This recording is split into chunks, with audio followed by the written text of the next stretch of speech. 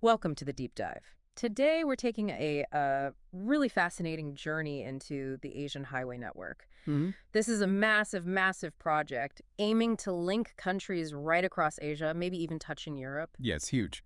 And we've got a great set of sources to help us unpack it all. We're looking at studies from Korea Science, insights from the Asia Pacific Road Safety Observatory, some JICA reports, news articles from the Business Standard, Yonhap News Agency, plus some maps and charts, which are always helpful. Right. Visuals definitely help with something this big. So our goal today is really to get our heads around the big picture. What are the ambitions here? How far have they actually gotten?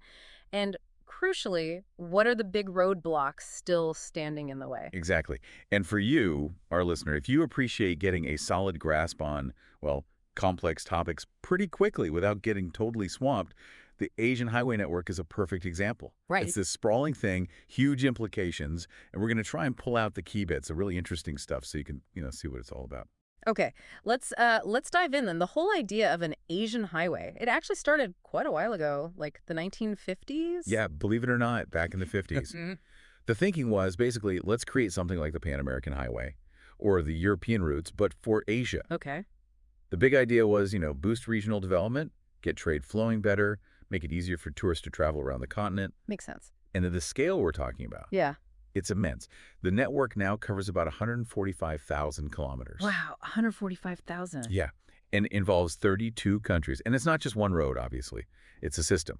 There are 8 main routes, AH1 to AH8, and then like 58 subroutes branching off, Okay. all designed to link up the major cities, the big economic hubs. You can kind of picture it like a giant web spreading across Asia. And this web isn't just lines on a map, right? The vision is connections from Istanbul all the way to Tokyo. That's the ultimate vision, yeah. Imagine that. And the routes, they're planned to go through some really major centers: Dhaka, Ho Chi Minh City, Hanoi, Beijing, Seoul, Busan, Kolkata, New Delhi, Lahore, Islamabad, Kabul, Tehran, even connecting up towards Moscow. It just shows you the sheer potential reach. It really does. Absolutely. Take AH1, for example. The long-term plan involves a ferry from Busan over to Tokyo, then overland through South Korea, maybe North Korea, into China, down through Southeast Asia, across India, Pakistan, Iran, ending up in Turkey. Incredible. And then there's AH6. That one's meant to go from Busan, again, potentially through North Korea, but then head north into Russia and Kazakhstan. These are like game-changing corridors if they fully come together. Okay, but here's where it gets a bit more complicated, I guess. This grand plan was adopted, what, back in 2003? That's right, 2003 officially. But it sounds like the actual progress on the ground has been,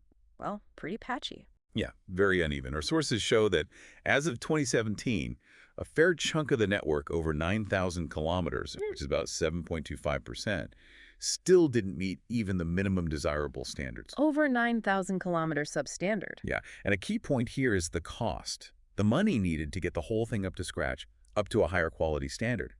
Back in 2017, ESCAP, that's the UN Economic and Social Commission for Asia and the Pacific, they figured it would take around 51.4 billion US dollars. 51.4 billion. That's A huge number, especially when you spread it across 32 countries, all with different economies, different priorities. That funding gap, it often shows where national priorities lie. Maybe some countries think investing in railways or ports makes more sense for them right now.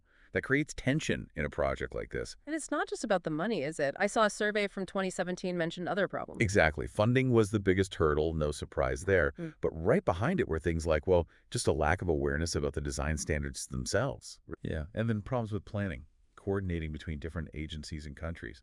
And of course, politics always plays a part in something this big and cross-border. Mm. Political issues can definitely be a barrier. Right, I can imagine. And another thing, even the sections that technically meet the minimum standards might not be in great shape. Poor maintenance. So a road might exist on paper, on the map, but it might not actually be a reliable, efficient route in reality. That's a really important distinction. Let's maybe look at a specific country. Bangladesh comes up in the sources. What's the story there?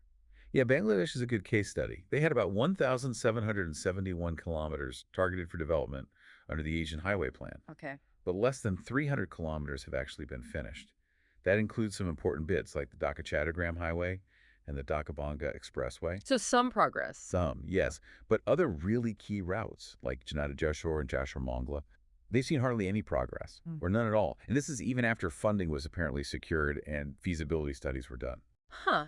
So plans get made, money gets allocated, studies get done, and still sometimes things just get stuck. Pretty much. It shows how these big visions can hit real-world delays and obstacles. It's complex. What about the different routes within Bangladesh? AH1, AH2. It's interesting, yeah. Official reports say AH2 and AH41 are actually, okay, no missing bits or substandard sections. Oh, good, good. But they still need upgrades to meet the top standard, AH Standard I. AH1, though, that's one with issues. Missing links near the Big Padma Bridge and a section between Bakipara, Nariel, and Joshore. That's considered substandard. So even within one country, it's a mixed picture. But things are happening, right? You mentioned ongoing work. Yes, absolutely. It's not completely stalled. Yeah. There's work going on under the SASIG initiative. That's the South Asia Sub-Regional Economic Cooperation. Right, say six. They focus on cross-border stuff. Exactly. They're working on the Joydapur-Alenga and Alenga-Rangpur roads right now. And there are feasibility studies happening for other routes, like Rangpur-Buramari and Rangpur-Banglabanda. Plus, the Dhaka-Sylhet and Sylhet-Tamabil routes are apparently waiting for tenders. So, definitely efforts are being made. Okay, so there's movement. Now, you mentioned ESCAP earlier, the UN body. They seem pretty central to this whole thing. Oh, absolutely pivotal. They've been involved right from the start, really pushing the vision and trying to coordinate everything. And what are they actually doing to try and, speed things up or improve the situation? Well, they're using a bunch of strategies. It's multifaceted. Part of it is just raising awareness, getting the word out through the media about the highway and its benefits. Okay. Then they're doing detailed studies, analyzing the economic pluses, checking if routes are feasible. Makes sense. And modernizing the design standards is another big one. Yeah. You mentioned the Korea Expressway Corporation, KEC. They were really active in developing better safety standards. There's actually a Korean-proposed Road Safety Facility Design Standard that got adopted as a new UN regulation in 2020. Oh, wow. A UN regulation. Yeah, it covers 45 different things, intersections, barriers, tunnel safety, all that kind of detail. It's a big step towards making things more consistent and safer across the board. That sounds really significant, like practical steps to improve safety. What kind of difference should that make? Well, hopefully it means safer roads everywhere that adopts it. Fewer accidents, smoother journeys, more reliable transport overall.